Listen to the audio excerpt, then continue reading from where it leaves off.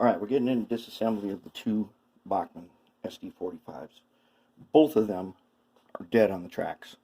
Absolutely nothing. And so I took apart the Spectrum one first. And as usual, its motor housing was completely shot. That's going to be a problem. I haven't tested the motor yet. The trucks are, well, as you can see, not good. And they use that grease on there that I do not like. And it is like hardened, and it's all over too. It's spread all over the place. These split frame things, for us to make this work, one, we're going to have to isolate the motor, and that's tricky because of this split frame. And our usual method is we're going to mill some holes in the top of this to bring wires up. Then somehow we're going to have this motor in here. I'm going to have to fabricate a collar for it, which I don't really like to do, but there's no getting around it. We got to mill out in here so that we can eliminate using these as wipers.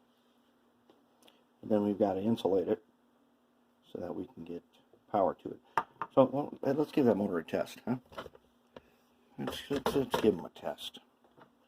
See if it actually works. Let's use the...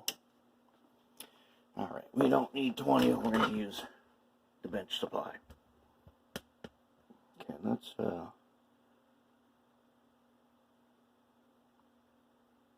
Oops, wrong adjustment.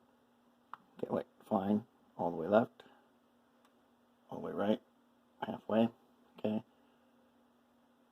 bring them down to, let's go about 14 volts or so. 14.08, good enough. Get some leads here. Okay.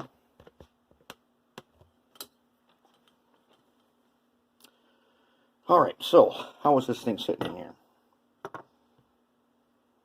Sitting in here like this. And that's the front. So the way we want this thing wired, let's see that again.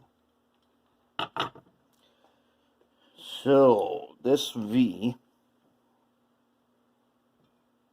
should show through that window. And turned around, that means the V is,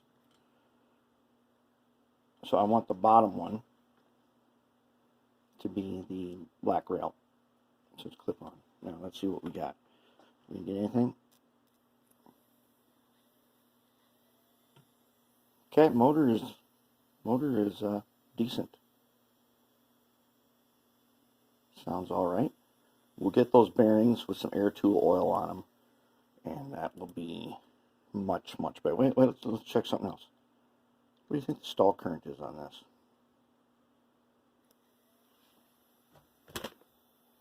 Okay, watch the A number.